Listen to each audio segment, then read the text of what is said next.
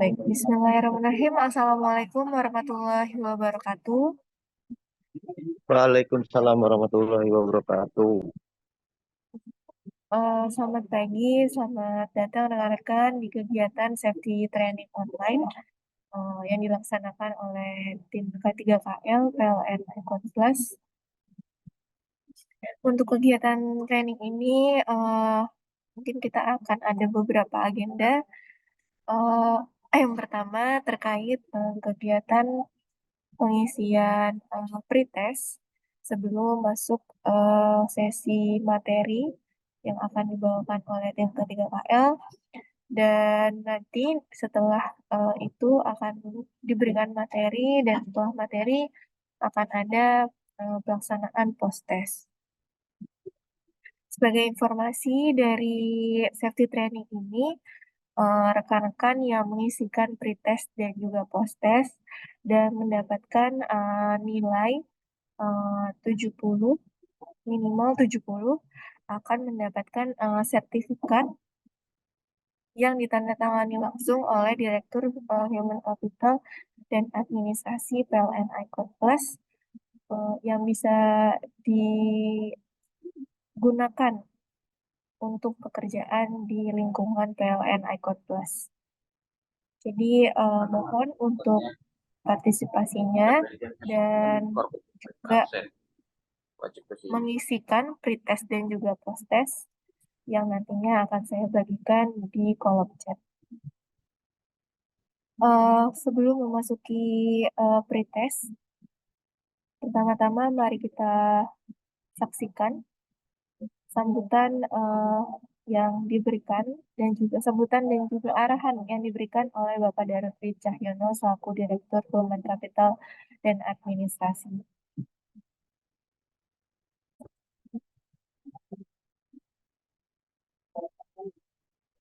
Bismillahirrahmanirrahim. Assalamualaikum warahmatullahi wabarakatuh. Salam, Om Swastiastu, Namo Buddhaya, salam kebajikan. Selamat sejahtera bagi kita semua. Pertama-tama, marilah kita panjatkan puji dan syukur kehadirat Tuhan Yang Maha Esa, Allah Subhanahu wa Ta'ala, atas limpahan rahmat dan karunia-Nya, sehingga kita dapat berkumpul secara virtual dalam acara pengajaran kelas online K3 PLN Icon Plus ini. Sebagai Direktur Manajemen Human Capital dan Administrasi PLN Icon Plus, saya merasa sangat terhormat dan bangga dapat menyampaikan kata sambutan pada acara yang sangat penting ini. Kegiatan ini merupakan bentuk komitmen perusahaan dan juga manajemen dalam meningkatkan pemahaman dan kesadaran tentang keselamatan dan kesehatan kerja atau K3 di lingkungan PLN Icon Plus, serta memastikan pelaksanaan prosedur K3 dijalankan oleh seluruh Iconers dengan sebaik-baiknya. Pelatihan online ini akan membahas materi penting meliputi: pertama, perundang-undangan yang berkaitan dengan keselamatan kerja. Yang kedua, bekerja di area berbahaya kelistrikan PLN.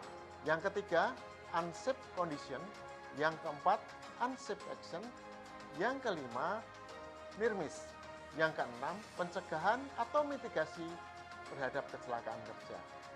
Saya percaya bahwa dengan meningkatkan pemahaman dan kesadaran terhadap K3, kita dapat menciptakan lingkungan kerja yang lebih aman, lebih sehat bagi karyawan.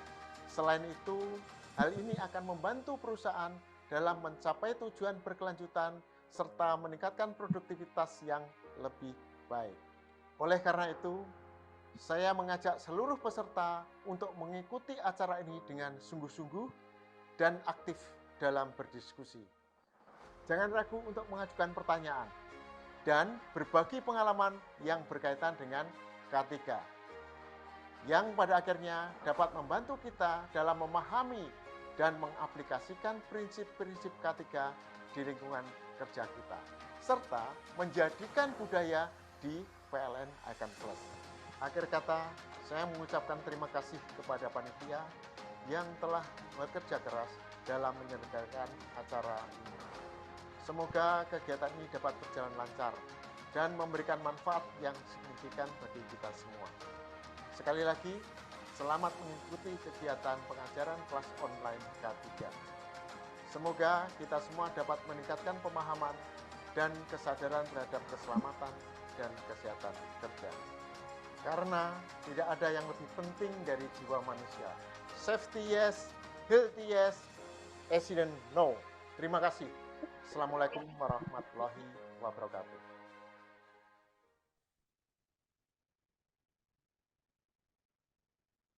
Ya, baik.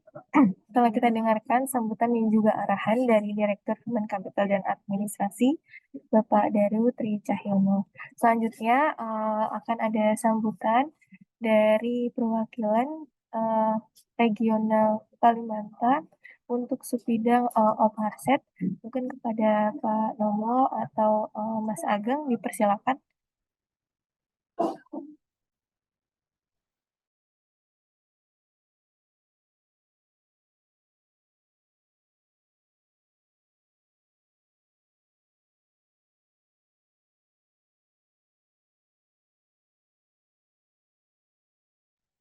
Informasikan kembali untuk safety training ini akan diberikan sertifikat yang ditandatangani langsung oleh Direktur Human Capital dan Administrasi. Untuk sertifikat training K3 ini berlaku untuk kegiatan di lingkungan PLN Icon Plus. Jadi rekan-rekan yang mungkin di sini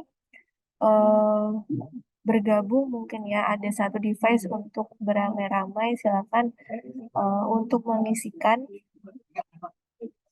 pretest ini.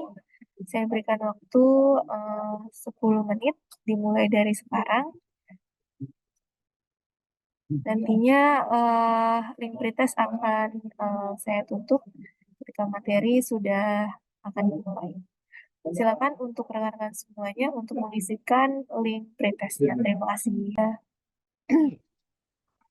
Izin melanjutkan untuk kegiatan trainingnya, kita akan memasuki kegiatan materi yang akan diberikan untuk rekan-rekan semuanya.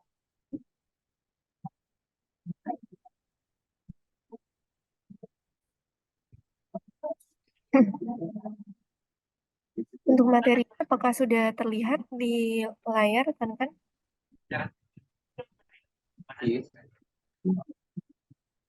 Untuk PPT-nya apakah sudah terlihat? Untuk rekan-rekan yang ada di Zoom.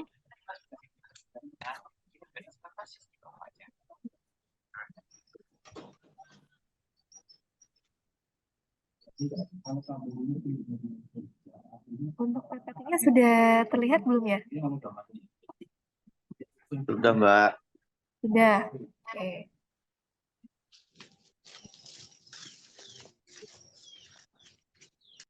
Sudah, Mbak. Sudah kelihatan. Oke.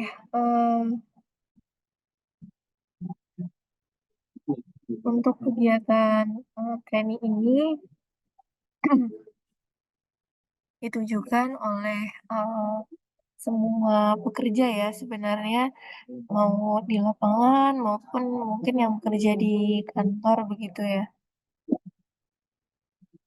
Tujuan utama dari kegiatan training ini tentunya untuk meningkatkan pengetahuan dan juga awareness rekan-rekan terkait K3. Nah, nantinya tujuan kita satu, yakni zero accident atau tidak adanya angka kecelakaan kerja di lapangan maupun di lingkungan pekerjaan begitu ya. Nah, sebelum kita memasuki materi, mungkin dari tujuan zero accident ini tentunya kita belajar ya dari kejadian yang pernah terjadi sebelumnya, yakni kejadian kecelakaan yang terjadi di lapangan, sehingga dilakukan investigasi dan kita ambil sebagai pembelajaran untuk diwaspadai ke depannya.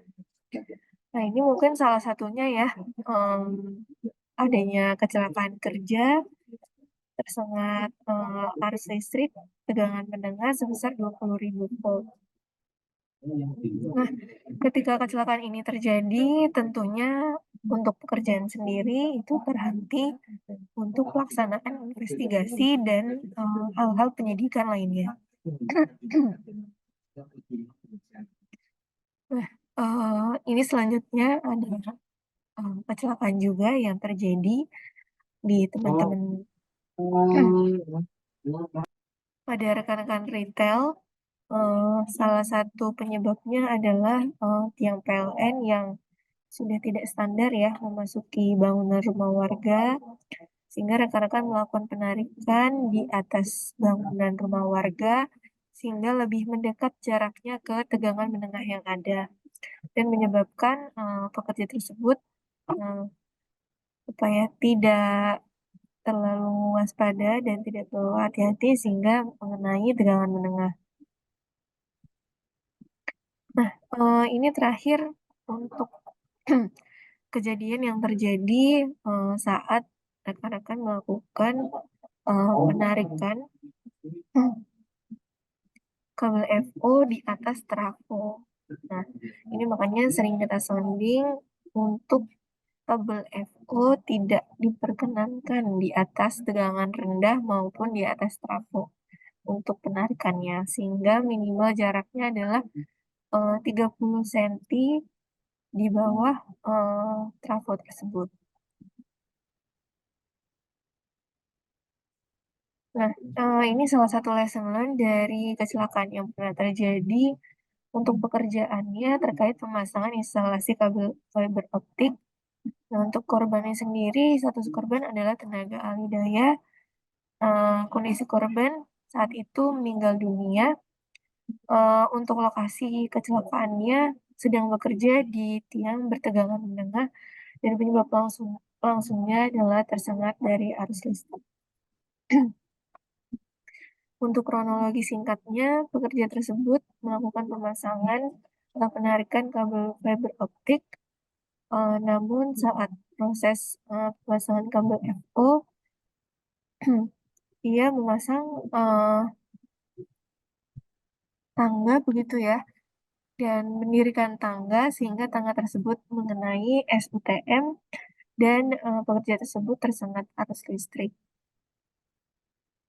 Unsafe action-nya adalah tidak memperhitungkan jarak aman dengan konduktor atau tegangan menengah kabel tegangan menengah 20 kV.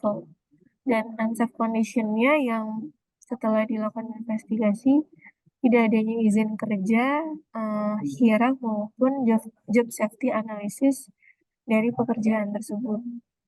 Dan dari investigasi tersebut, maka upaya-upaya yang harus dilakukan sebagai pencegahan kecelakaan selanjutnya adalah mengimplementasikan working permit atau minimal surat tugas di setiap pekerjaan sedarurat apapun ya, sebagai legalitas dan penunjukan dari ikon kepada mitra kerja untuk melakukan pekerjaan di lapangan.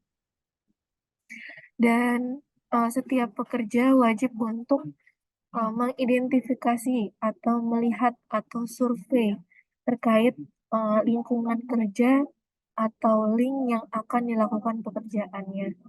Apakah nanti ditemukan kabel atau tiang yang sudah tidak standar sehingga kita mungkin ada mitigasi-mitigasi yang bisa kita lakukan untuk menghindari ya bahaya dari unsafe condition tersebut.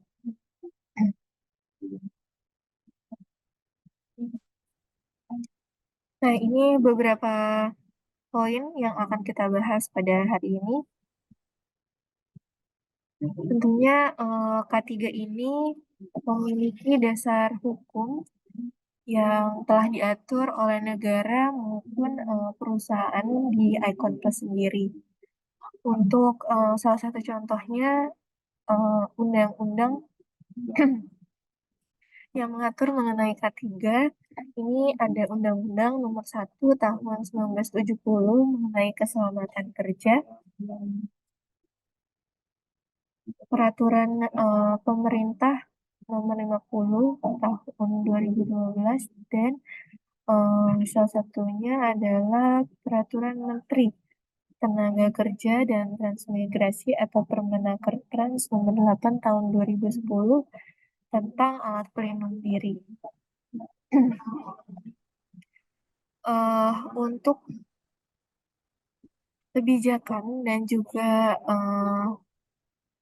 pelaksanaan K3 di lingkungan Icon Plus, ini sudah ada beberapa peraturan direksi dan keputusan direksi yang sudah diterbitkan.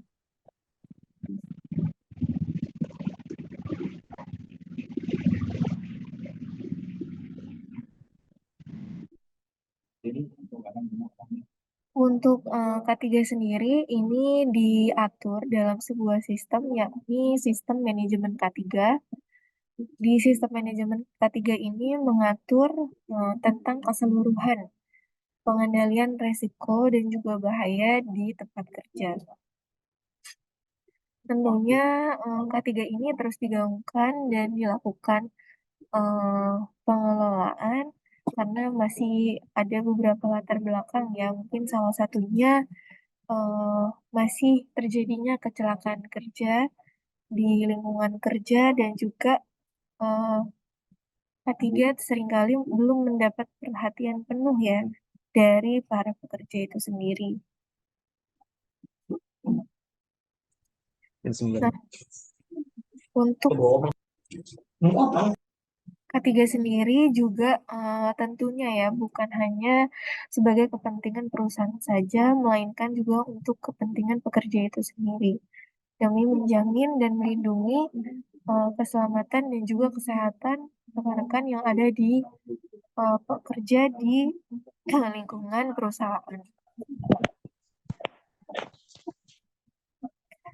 Untuk masuk kepada pengenalan K3, kita akan menemukan beberapa poin ya atau kosakata di K3.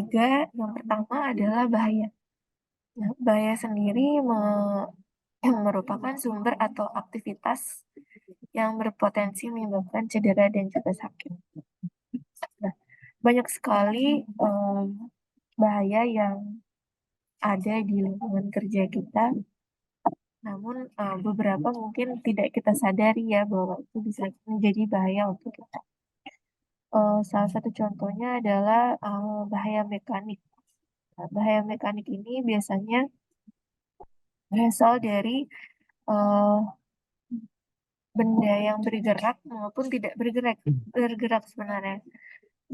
Contoh bahaya mekanik benda bergerak adalah mungkin forklift, apabila memakai forklift, terus juga mesin-mesin seperti kalau mesin penarik kabel itu kan salahnya ada winch ya di sana. Nah, itu bisa menjadi bahaya apabila mungkin penggunaannya tidak baik dan benar.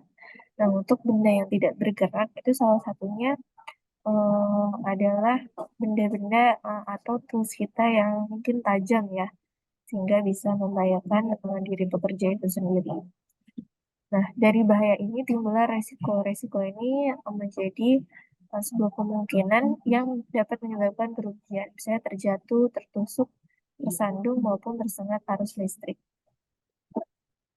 Nah, bahaya dan resiko ini muncul akibat adanya unsafe condition dan unsafe action. Nah, unsafe condition ini merupakan kondisi yang tidak aman. Jadi kondisi yang ada di lingkungan kerja kita yang bisa berpotensi menyebabkan cedera maupun kecelakaan kerja. Contohnya misalnya tiang yang miring, tangga yang sudah tidak layak, cuaca yang sangat terik,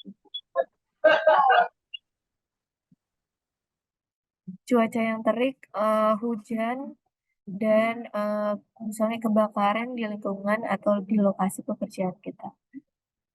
Kalau unsafe action ini berasal dari pekerja itu sendiri, perilaku yang tidak aman, misalnya pekerja merokok, lalu pekerja tidak menggunakan APD yang lengkap, pekerja tidak mematuhi SOP atau tidak memperhitungkan jarak aman dengan tiang tegangan menengah. Nah, ini berasal dari pekerja itu sendiri sehingga menyebabkan pekerja itu sendiri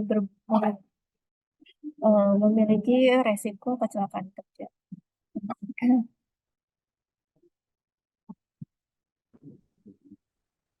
Nah, selanjutnya ada near miss. Kalau near miss ini adalah kejadian hampir celaka. Jadi ini belum menimbulkan kerugian, namun berpotensi untuk menimbulkan kerugian atau menyebabkan kecelakaan. Misalnya, hampir terjatuh dari ketinggian, hampir tersengat arus listrik, hampir tertabrak oleh kendaraan yang lalu lalang. Jadi, near miss ini hampir celaka. Terakhir adalah accident, yakni kecelakaan itu sendiri. Jadi accident ini kecelakaan atau kejadian yang tentunya tidak terduga yang menimbulkan cedera atau sakit maupun kerugian ya, material maupun non material dari pekerjaan tersebut. Nah, untuk kecelakaan sendiri itu disebabkan oleh unsafe condition, near miss, dan nantinya akan mengakibatkan accident. Ini gini, saya tuh mau meyakinkan yang pertama, buat tanggal itu punya yang terkait.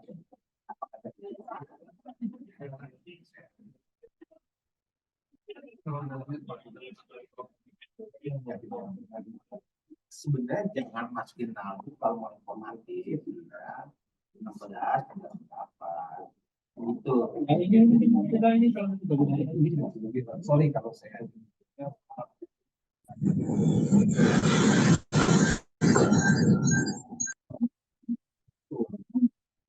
Nah, lagi rekan-rekan, saya kirimkan ya untuk daftar hadir dan pretestnya karena dari 7 orang yang mengisi, saya mungkin akan perpanjang waktunya untuk pengisiannya sekitar 10 menit lagi. Nantinya untuk link pretest akan saya tutup ya.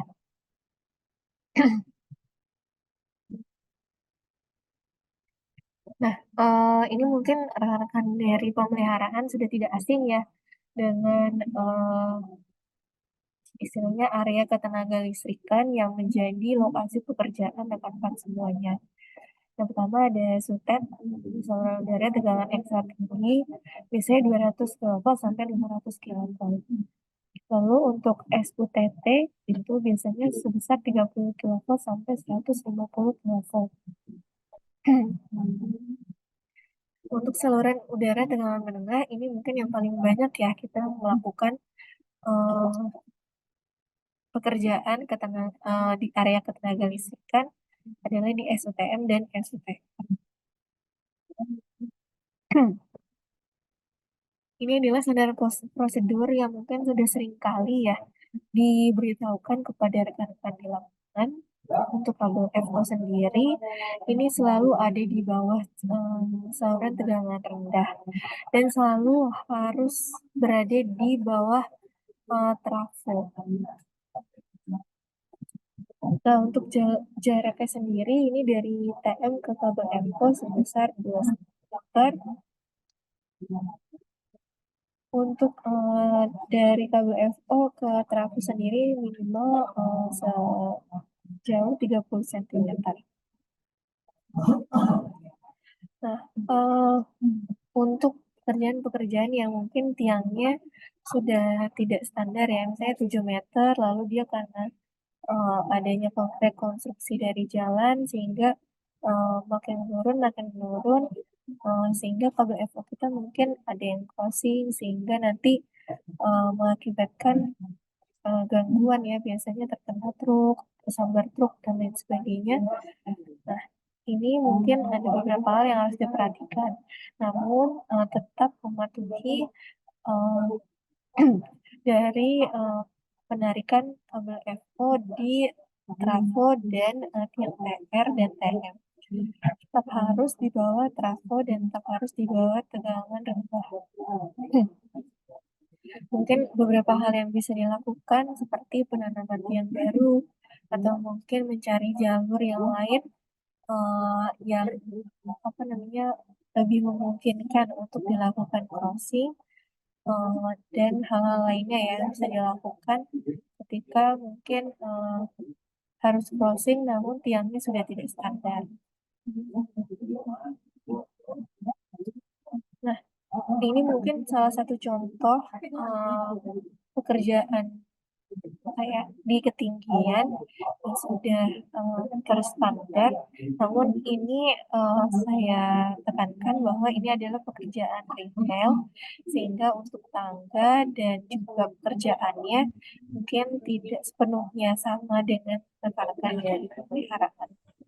Namun ada beberapa poin yang bisa kita pelajari dari video berikut.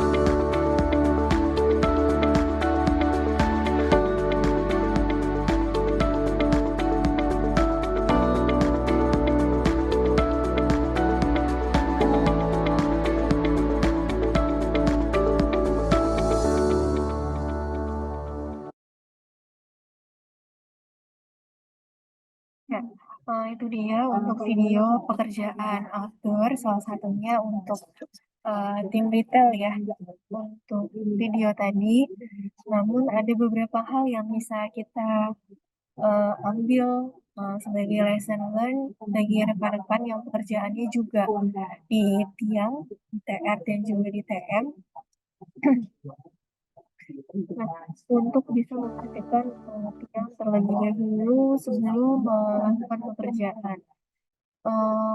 Mungkin kalau tiang beton itu fokusnya bukan kepada tiangnya, namun kepada kabel-kabel yang berada di sekitarnya, seperti penerangan jalan umum, mungkin tegangan rendah yang terkelupas, dan hal-hal lainnya yang bisa mengakibatkan adanya arus listrik di tiang beton tersebut.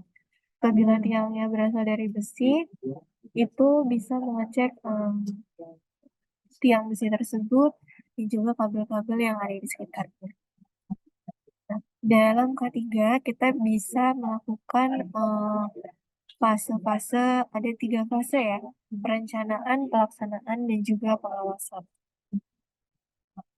Untuk fase perencanaan, biasanya kita melakukan safety briefing, di mana nanti ada penginformasian bahaya dan juga pembahasan progres pekerjaan dan lain sebagainya. Safety briefing ini tujuannya sebagai perencanaan sebelum rekan-rekan ke lokasi pekerjaan. Apa saja yang dibahas? Ini dia alur pelaksanaan safety briefing yang bisa dilakukan pembahasan ya selama melakukan briefing tersebut. Langsung saja mungkin kita coba lihat untuk video yang sudah sesuai dengan alur safety briefing yang tadi saya sebutkan. Keselamatan dan kesehatan kerja atau K3 adalah tentang bagaimana kita melaksanakan tindakan pencegahan atau antisipasi dalam terjadinya kecelakaan dalam bekerja. PLN Icon Plus merupakan perusahaan yang selalu mengedepankan keselamatan dan kesehatan dalam bekerja.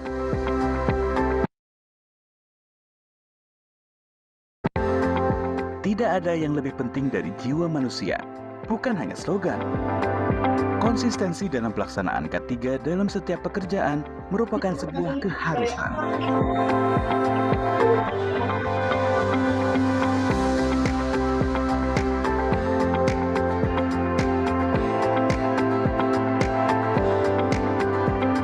Safety, Yes. healthy, Yes. accident, No. APD siap, Siap. Semangat pagi. Pagi. Helm terpakai, rompi terpakai, full body harness terpakai, sarung tangan terpakai, sepatu safety terpakai. TFN siap bekerja. Pengecekan alat pelindung diri dengan standar minimum yang telah ditentukan merupakan langkah pencegahan yang paling mendasar.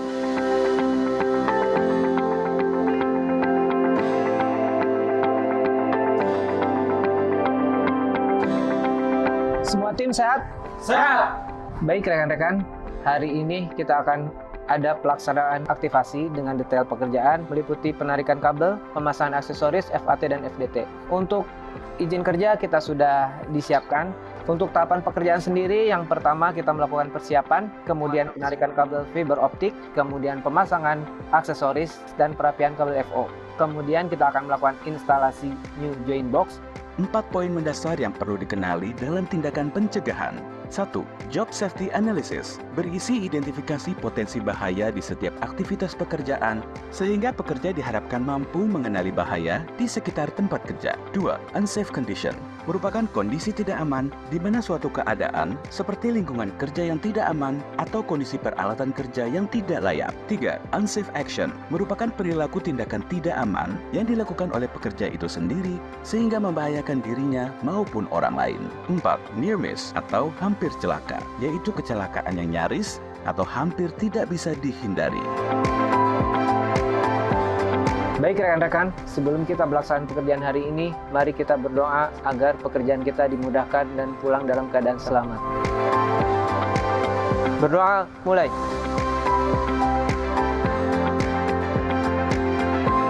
Safety. Yes. Healthy. Yes. Accident. No.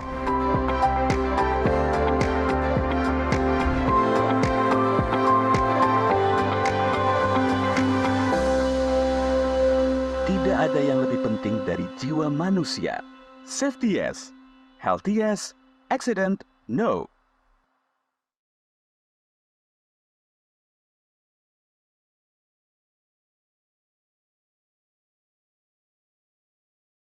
Oke, itu adalah alur pelaksanaan safety briefing yang sudah menjadi standar ya.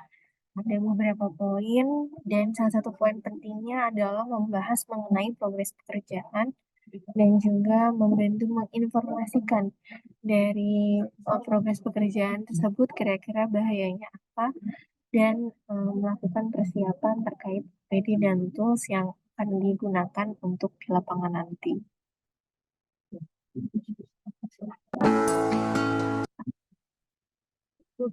Nah, selanjutnya ada safety patrol. Nah, di safety patrol ini dari fase perencanaan tadi, biasanya safety patrol menjadi salah satu upaya ya untuk melihat bagaimana implementasi K3 rekan-rekan yang ada di lapangan. Ini seperti sidak untuk melihat apakah ada tindakan unsafe action dan unsafe conduct yang dilakukan oleh rekan-rekan. Nah, untuk salah satu hal yang bisa dilakukan adalah dengan critical control verification. Kita coba mengecek unsafe condition dan unsafe action yang ada di lapangan. Nah, kita juga mengecek apakah ada working permit atau izin kerjanya atau tidak. Dan biasanya di working permit itu sudah ada job safety analysis ya sebagai lampirannya. Nah, untuk standar APD sendiri ini bisa kita sesuaikan ya dengan lokasi pekerjaan kita. Namun untuk lokasi indoor maupun outdoor, APD yang wajib digunakan adalah safety helm untuk pelindung kepala, lalu ada safety vest atau baju kerja ya yang terdapat reflektornya di sana sebagai identitas rekan-rekan dan juga safety shoes sebagai pelindung kaki. Untuk full body harness ini disesuaikan dengan pekerjaan di ketinggian. Dan untuk kacamata dan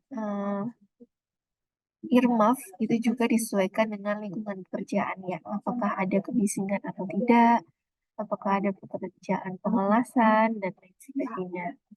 Dan tools yang selalu harus wajib untuk dibawa adalah test pen.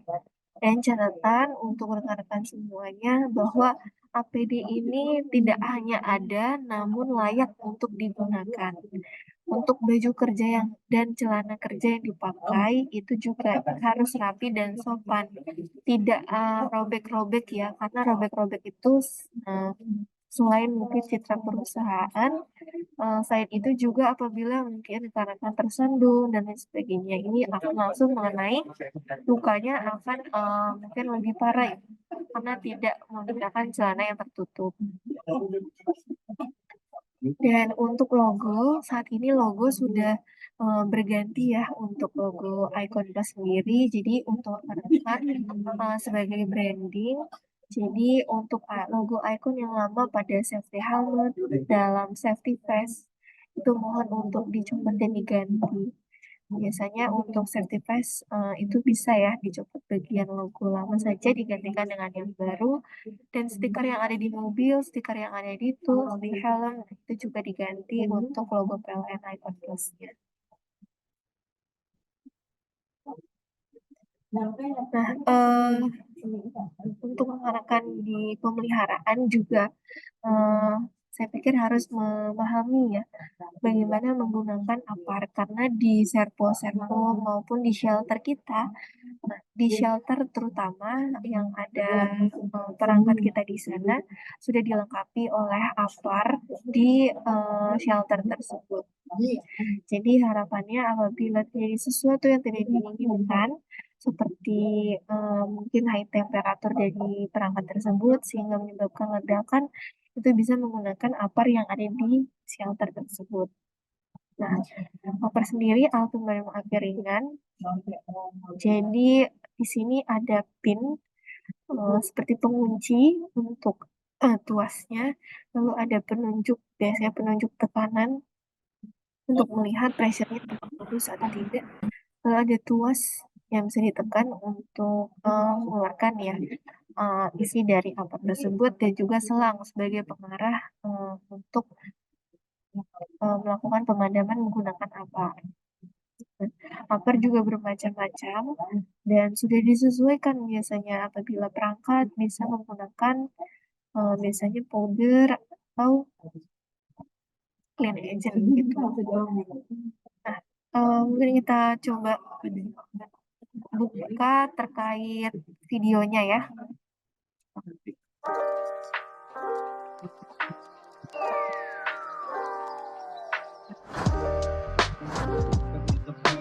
Halo, apa kabar semua?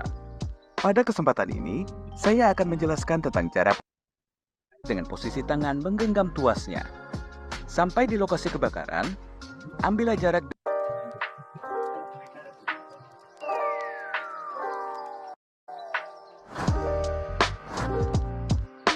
Halo, apa kabar semua?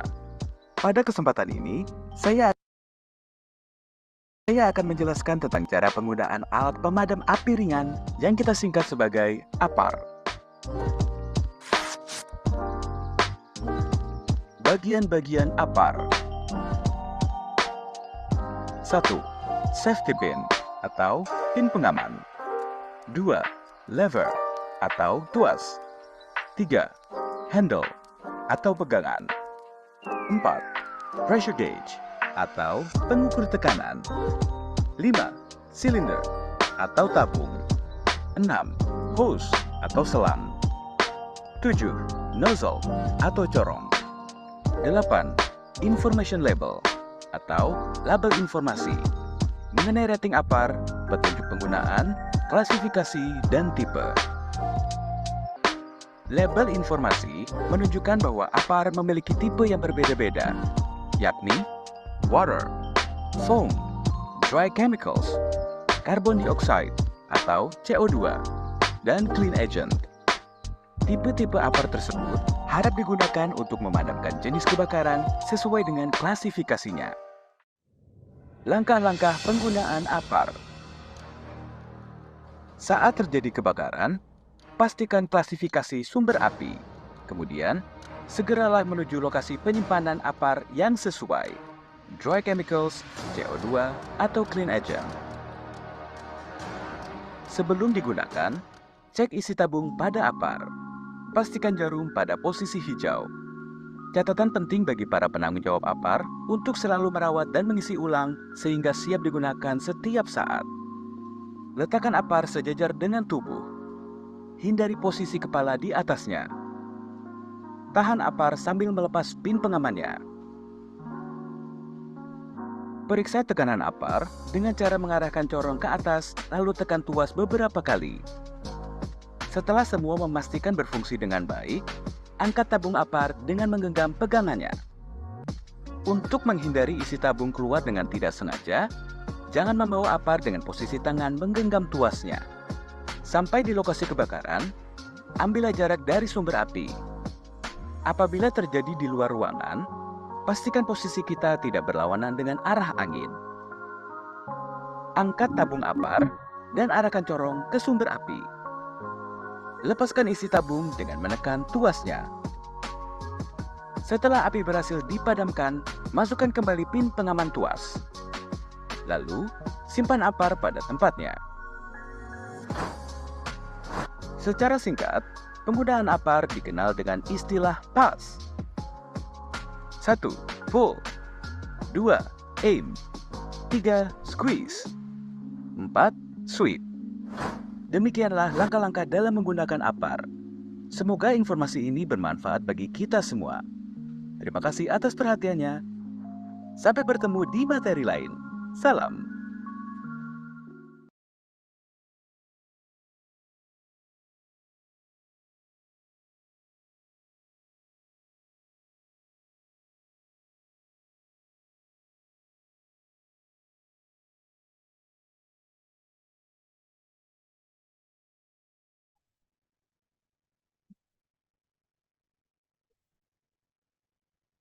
Oke,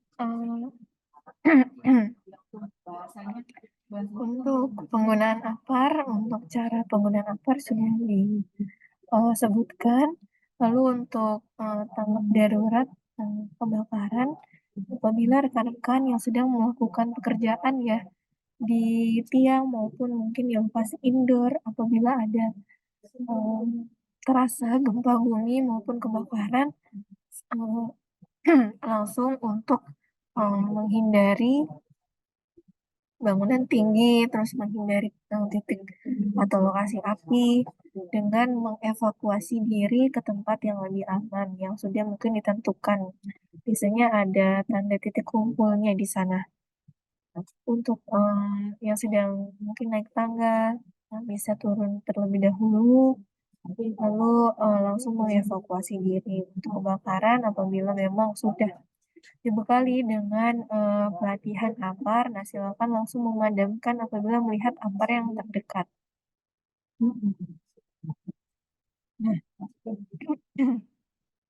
untuk di lokasi pekerjaan kita juga membudayakan 5R, yakni resik, ringkas, rawat, rapi, dan juga rajin. Jadi 5R ini sebuah budaya dari K3 untuk rekan-rekan bisa memilah barang yang diperlukan atau tidak, menata barang berdasarkan alur proses kerja dan penggunaannya, terus membersihkan tempat kerja dari kotoran-kotoran, mempertahankan 3 kondisi yang tadi saya sebutkan, dan disiplinkan untuk melakukan 4 hal tadi. Jadi pekerja ini dilarang membuang atau meninggalkan potongan kabel fiber optik dan sisa material di tempat yang memang tidak seharusnya.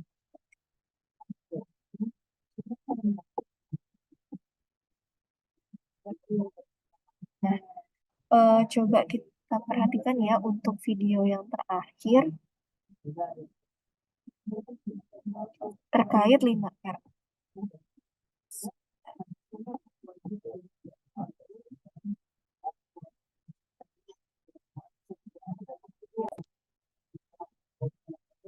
Kerja, Anda tahu tidak, kalau lingkungan tempat kerja dapat mempengaruhi perilaku para pekerjanya? Gimana bisa kerja dengan baik kalau tempat kerja Anda sudah mirip dengan tempat sampah? Untuk itu, kita perlu menerapkan 5R. Yang pertama, ringkas, sama dengan sisihkan.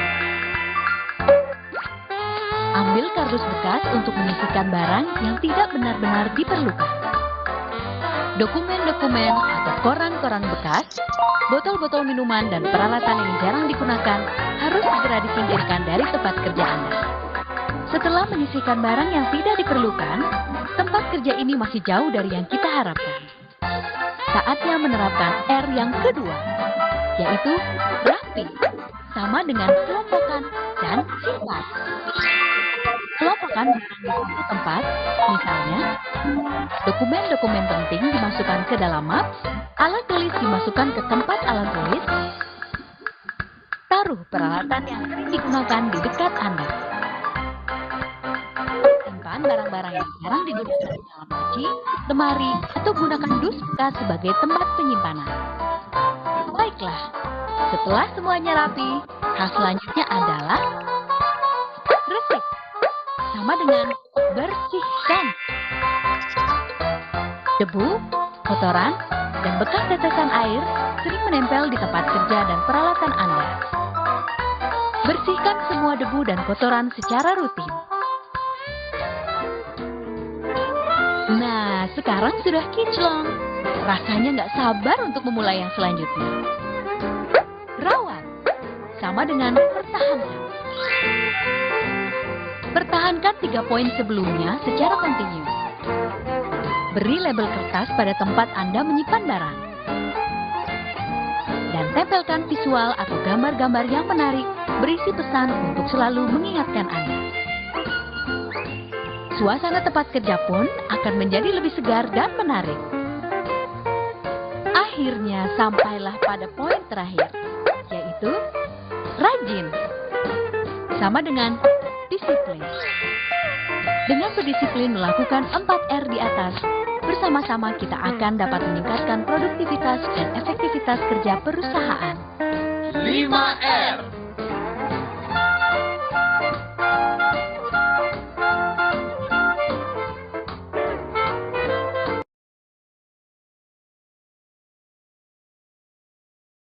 Oke, baik. Itu dia penjelasan dari 5R teman-teman semuanya. Sebagai penutup dari materi pada pagi hari ini. Ada video terakhir yang bisa disaksikan oleh kita bersama.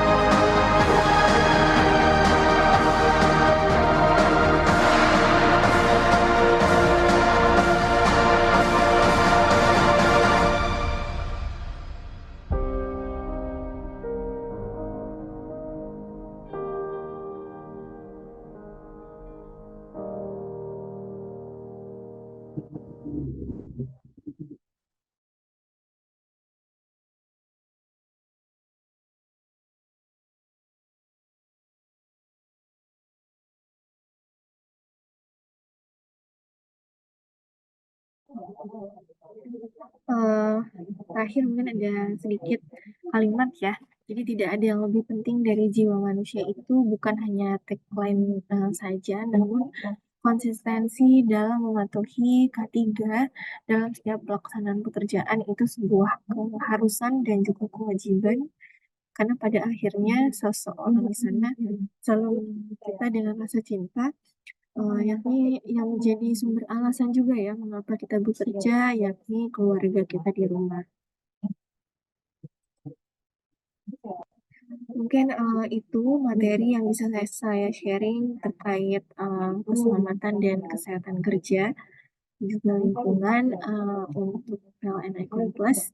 Semoga bisa menambah awareness dan wawasan dari rekan-rekan sekalian untuk pelaksanaan ya, ketika di lapangan maupun dimanapun rekan-rekan berada selama melakukan pekerjaan. Selanjutnya mungkin kita bisa beralih ke sesi selanjutnya, yakni ada sesi tanya jawab apabila ada rekan-rekan yang sekiranya ada yang ingin ditanyakan maupun dilakukan sharing terkait hal-hal yang ada di lapangan sehingga bisa menjadi pembelajaran bagi rekan-rekan yang lainnya. Dipersilakan juga untuk sesi tanya jawab. Saya buka, silakan untuk rekan-rekan.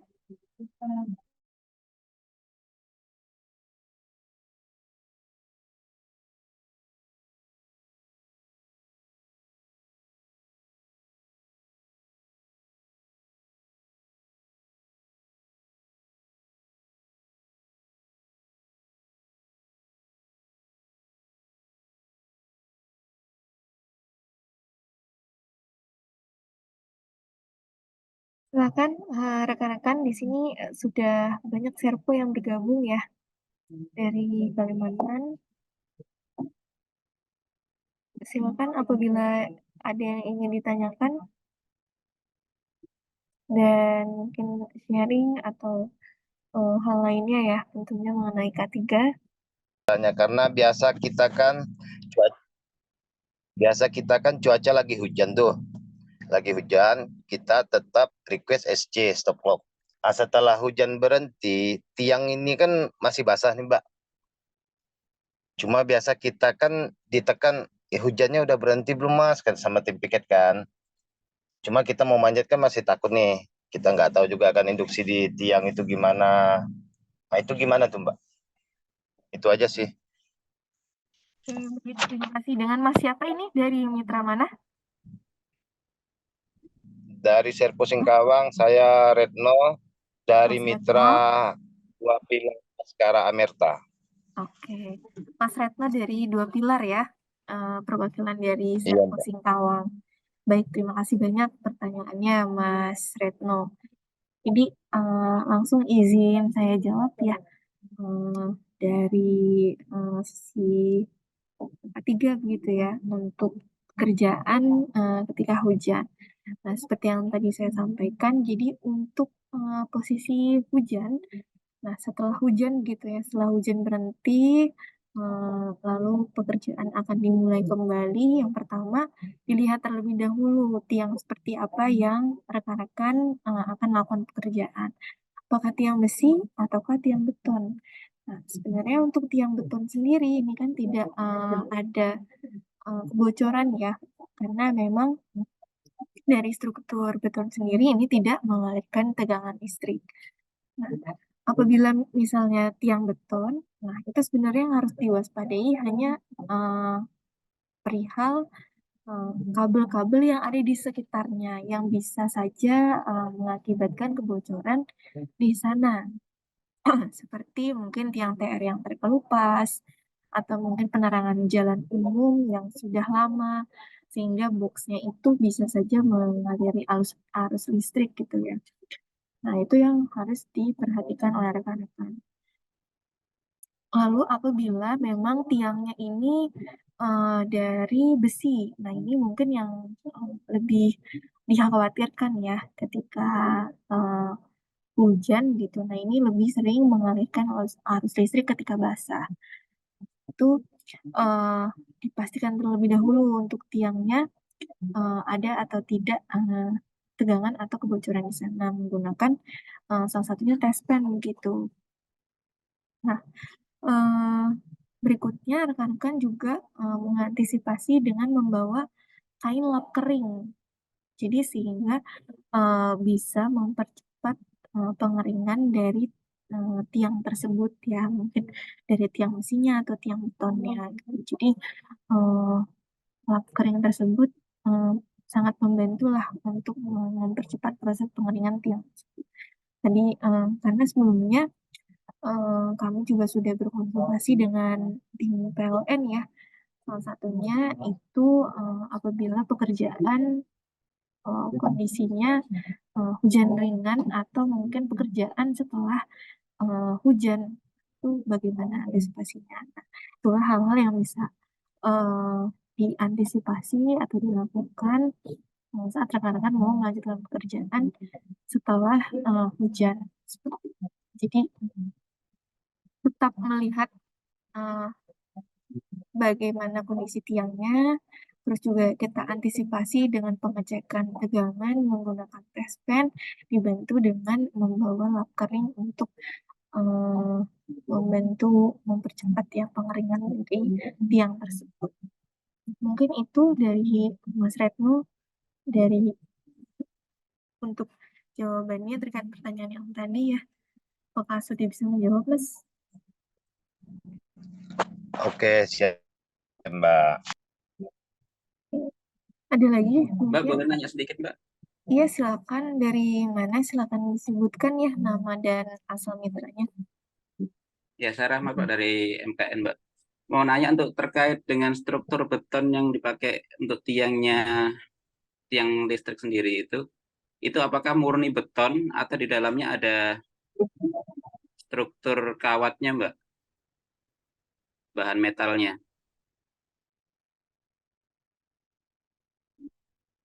Itu yang pertama. Terus yang kedua, ya untuk tim sih saya harap memang observasi harus selalu dilakukan. Tidak harus ketika habis hujan saja, tapi ya setiap saat mau melakukan pekerjaan harusnya ada observasi. Kalau memang apa namanya pengecekan menggunakan test pen itu kan tidak bisa mewakili ya apakah itu arus listrik yang dialirkan itu sudah masuk pada tingkat yang berbahaya atau enggak, tetapi menggunakan test pen itu adalah salah satu langkah tercepat memang. Berapapun arus yang mengalir di test pen kan pasti terbaca, tapi lebih detailnya sebetulnya pakai alat ukur yang bisa mengukur berapa voltase yang mengalir di tiang itu. Ya mestinya itu harus tetap diukur, apalagi ketika habis hujan, air itu kan juga penghantar, Mbak.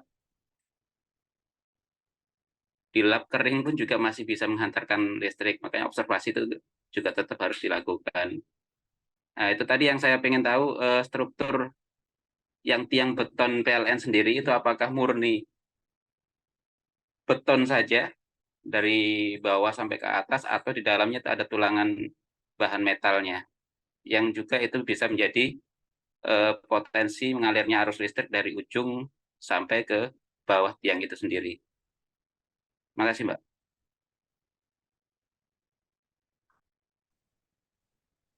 Baik, Mas Rahmat Syafi'i ya. Mas, saya bantu diskusi ya di sini ya. Saya dengan Rangga dari tingkat 3KL PLN Pusat, PLN Icon Plus. Mengenai observasi, jadi sebetulnya Mas Rahmat Syafi'i ini juga membantu menjawab pertanyaan yang sebelumnya, gitu ya. Jadi bagaimana langkah untuk observasi apakah tiang beton itu memiliki aliran listrik yang bocor atau tidak gitu. Kan yang kita highlight adalah hujan, ya kan? Ya, Hujan. betul. Mengenai stop clock-nya itu kan bagaimana teman-teman itu menjaga SLA-nya juga bisa termonitor, kemudian dari keselamatannya teman-teman pun juga termonitor kan gitu ya. Makanya dilakukan stop clock.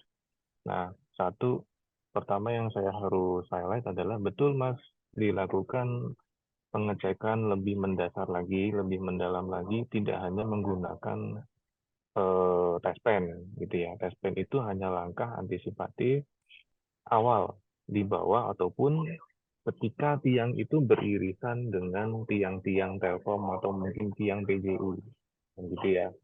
Apalagi yang namanya kabel itu kita nggak bisa memastikan itu seliweran atau mungkin tidak beraturan dan lain sebagainya. Tapi kalau untuk yang namanya hujan, ya mohon dapat dikoordinasikan dengan SBU setempat bahwa satu tiang basah itu ya dia butuh waktu untuk proses pengeringan secara sendiri. Kering sendiri dari basah ke kering itu kan ada proses. Ya kan? Nah, yang harus dipastikan adalah APD-nya teman-teman ini harus kering, gitu loh. APD-nya harus kering, ya kan? kemudian tangganya pun juga ketika mau hujan ya dilipat gitu, dilipat kan kalau bisa disandarkan ke tempat yang teduh juga itu lebih bagus.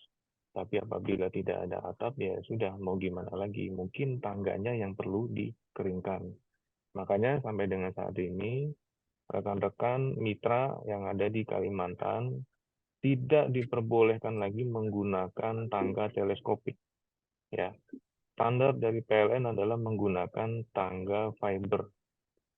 Nah, untuk selanjutnya yang mengenai struktur beton itu ada metalnya apa enggak, yang jelas pemasangannya di grounding itu kalau nggak salah around 2 meter ya, satu sampai dengan 2 meter itu tergantung bagaimana struktur tanah di tempat di sana.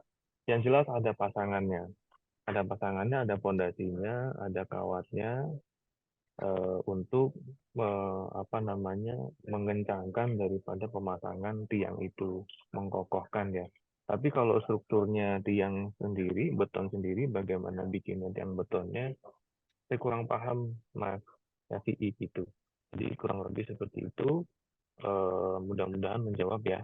Jadi bagaimana pendekatan kita untuk mengantisipasi terjadinya risiko kecelakaan arus bocor yang ada di tiang ketika musim hujan ataupun hujan setelah turun gitu ya, kita mau melanjutkan pekerjaan yang sudah di stop clock. Kurang lebih seperti itu Mas. Monggo kalau ada yang diskusi lagi Mas Syafi'i atau Mas teman-teman rekan mitra yang lainnya, silakan. Oh iya, terima kasih Pak atas feedbacknya. Yaitu memang sebagian tadi saya ya menjawab yang beberapa pertanyaan sebelum tadi. Satu lagi Pak, untuk di Icon sendiri ada standarnya nggak Pak untuk jarak instalasi FO kita ke instalasi TM-nya sendiri? Jarak yang aman itu berapa meter gitu kan dari atas sampai ke instalasi FO kita yang dianggap aman oleh Icon secara safety-nya Pak. Dan kalau memang di situ ada instalasi yang jaraknya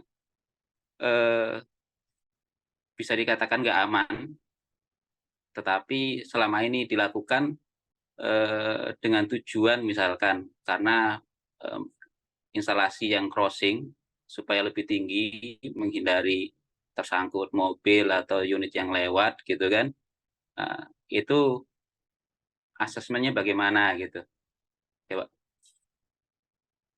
Ya, Mas Rahmat Syafi'i, Mbak Rika bisa dimunculkan di jarak aman, Mbak, instalasi slide-nya, Mbak. Minta tolong. Jadi betul, pekerjaan yang dilakukan oleh rekan-rekan mitra di lapangan itu kan seharusnya sudah memiliki working permit ya. Working permit, kemudian JSA, yaitu Job Safety Analysis. Jadi analisa step-step pekerjaan yang akan dilakukan oleh teman-teman di lapangan. Nah, kalau kategori untuk tiang tegangan menengah JTM ya, bagaimana jarak instalasinya yang standar, itu ada prosedurnya Mas, gitu ya. Jadi nanti kalau kurang bisa menjawab atau lebih mau berdiskusi lagi, silahkan ke SBU, nanti bisa dengan Mas Nomo atau teman-teman teknik lainnya yang akan mengawal bagaimana prosedur atau kendala-kendala apa saja yang harus kita mitigasi di lapangan gitu ya. Jadi pertama adalah acuannya harus ada working permit, JSA juga sudah harus ada, dan betul tadi Mas Syafi'i juga mengingatkan kita semua bahwa prosedurnya yang betul itu seperti apa sih Pak? Nah, kita bisa lihat di sini ya. Jarak dari JTM Mas, yang dari RST-nya 3 pasal di atas ini, rendah, sedang, tinggi ini, untuk turun dari JTM ke JTR itu kurang lebih secara teori nya PLN adalah 1,2 meter. Ya kan? Ketemu saluran 1 JTR 1, kemudian ketemu lagi saluran ketiga ya, saluran 2, saluran 3 ini JTR, JTR 1, JTR 2. Jarak antara JTR 1 dan JTR 2 itu kurang lebih sekitar 30 cm kalau secara teori. Jadi in total dari JTM ketemu JTR yang saluran 2 ketiga itu kurang lebih 1,5 meter. Nah, dari JTR turun lagi ke bawah itu sekitar 1 meter. Baru ketemu di mana area instalasi rekaman kita melakukan instalasi kabel optik. Nah, jika dari secara teori dari gambaran prosedur yang kita miliki, jarak aman bisa kita lakukan instalasi adalah in total 2,5 meter dari JTM 3 pasang yang RSD di atas itu. Oke.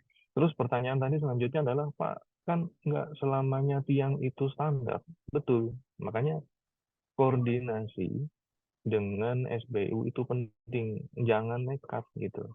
Kalau nemuin kendala, saya percaya teman-teman di lapangan itu sudah memiliki jam terbang yang luar biasa untuk melakukan instalasi di jaringan ya. Cuman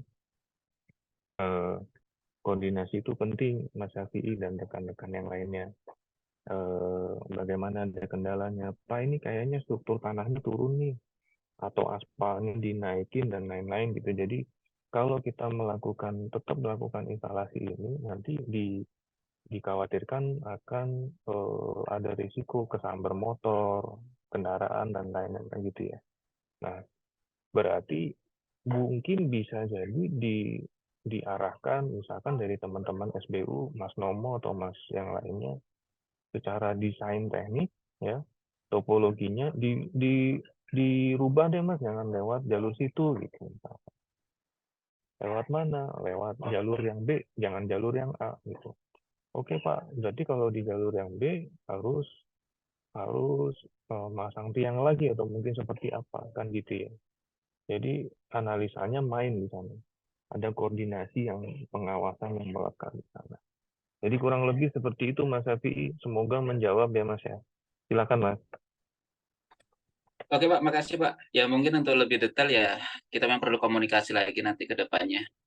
Mungkin ada perlu sesi khusus terkait ini. Oke, terima kasih untuk saat ini. Yang lain Silakan. dilanjutkan. Ya.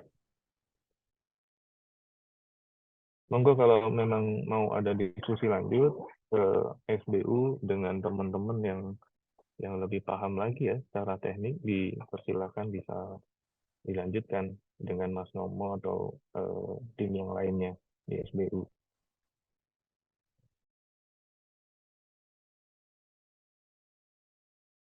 Oke, baik.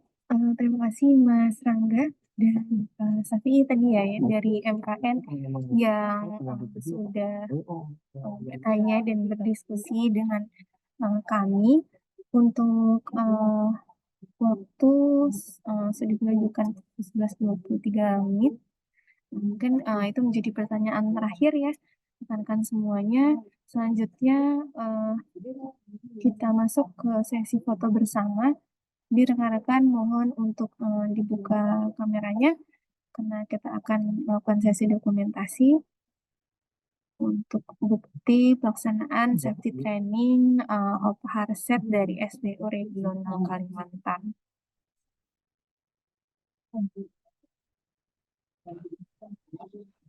Setelah sesi dokumentasi, saya akan mengirimkan post-test. Jadi tadi yang sudah mengisikan pretest, mohon untuk dilengkapi dengan post-testnya, sehingga nanti kami akan akumulasikan apabila nilainya mencukupi di minimal 70, nanti akan kami kirimkan sertifikat dari training K3 hari ini, sesuai dengan yang tadi saya sampaikan ya di awal sesi training tadi. Baik, rekan-rekan semuanya, saya hitung sampai 3 untuk sesi dokumentasi. 1, 2, 3. 1, 2, 3. Oke. Mohon maaf rekan-rekan ya, mungkin mengganggu waktu istirahatnya sedikit karena di sana mungkin sudah pukul 12:30 ya. Bagi rekan-rekan yang sedang sambil melakukan progres, silakan untuk beristirahat terlebih dahulu karena ini sebagai jam-jam kritikal untuk rekan-rekan di lapangan bisa istirahat, sholat, dan juga makan. Sedikit mungkin ya titipan dan juga arahan dari manajemen untuk rekan-rekan di sini, mungkin ada koordinator, ada tim lapangan, ada dari mitra kerja juga. Untuk beberapa poin, yang poin pertama tadi perihal logo PLN Icon Plus. Sekali lagi logo yang lama yang ada di mobil, yang ada di helm, ada di tools atau hal lainnya itu bisa dilakukan penggantian dengan logo PLN Icon Plus yang terbaru. Lalu poin kedua perihal K3 mohon dibantu untuk pelaksanaannya di lapangan terkait K3 ini karena kami hanya bisa menyampaikan kebijakan, menyampaikan pesan-pesan mengenai K3, namun pelaksanaannya tetap dikembalikan kepada tim masing-masing. Dan yang terakhir di tahun ini musik masuk kepada musim penghujan, jadi kewaspadaan rekan-rekan di lapangan mohon untuk ditingkatkan. Jadi untuk hujan ini sebagai salah satu unsafe condition sehingga harus banyak koordinasi ya. Mungkin ada apa ya? Ada banjir setelahnya atau mungkin ada ya kejadian-kejadian lah yang diakibatkan oleh hujan ini, ada pohon tumbang dan lain sebagainya. Inilah kewaspadaan-kewaspadaan yang tetap harus dikoordinasikan, yang terus dijaga oleh rekan-rekan semuanya, jangan sampai menjadi kecelakaan kerja atau membahayakan bagi pekerja kita di lapangan. Sekali lagi terima kasih banyak rekan-rekan semuanya sudah mengikuti kegiatan training pada siang hari ini. Ucapan terima kasih juga kepada rekan-rekan yang sudah melaksanakan K3 selama periode 2023 dan dilanjutkan seterusnya. Semoga kita semua dalam keadaan sehat dan juga tetap selamat dalam melaksanakan progres pekerjaan sehingga semua dapat berjalan lancar dan bisa selalu dilindungi ya dari segala mara bahaya. Oke, untuk link post-test sudah saya kirimkan di kolom chat. Untuk post-test ini, mungkin perhatian ya rekan-rekan semuanya, untuk post-test ini saya akan buka sampai sore hari nanti pukul 5 sore. Jadi untuk rekan-rekan yang masih dalam perjalanan, masih akan isoma dan ada kegiatan yang lainnya, tidak apa-apa. Linknya di-copy terlebih dahulu saja.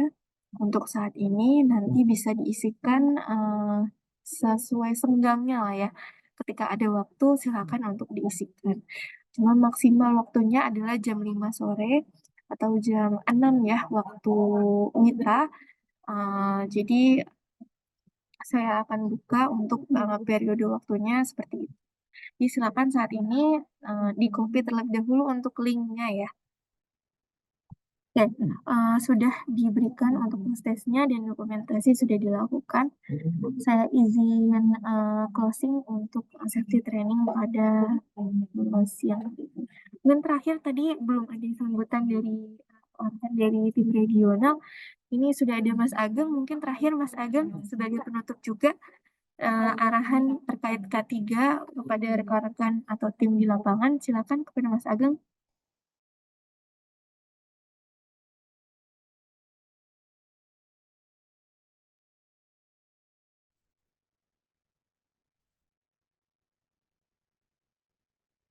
Baik, terima kasih Mbak untuk teman-teman mitra Serpo ya. Harapannya sih dengan mengikuti training online ini teman-teman bisa lebih aware lagi terhadap kondisi K3 di lapangan ya. Bagaimanapun tidak ada yang lebih berharga selain jiwa manusia. Jadi intinya walaupun kondisinya kondisinya tidak memungkinkan, jadi supaya disampaikan saja. Jadi potensi-potensi bahaya yang memang kita harus stop clock itu disampaikan saja teman-teman. kita bisa koordinasi juga untuk stop clock terkait K3. Ya, itu aja Pak Rika. Baik, terima kasih Mas Ageng atas arahannya kepada teman-teman semuanya ya. Jadi tadi stop clock itu bisa dikoordinasikan lebih lanjut ya kalau memang benar-benar kondisinya tidak memungkinkan untuk melanjutkan pekerjaan dulu sementara waktu.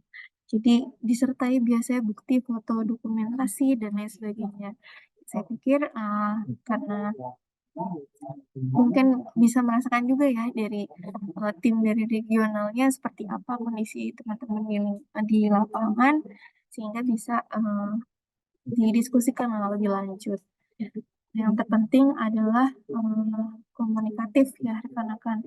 Jadi kita kan harus dilaporkan terlebih dahulu. Kita bisa tergambarkan bagaimana kondisi rekan-rekan yang ada di lapangan. Sehingga kita bisa memutuskan bagaimana ke depannya terkait progres pekerjaan tersebut. Terima kasih sekali lagi rekan-rekan semuanya yang sudah hadir pada ujian hari ini. Saya izin tutup.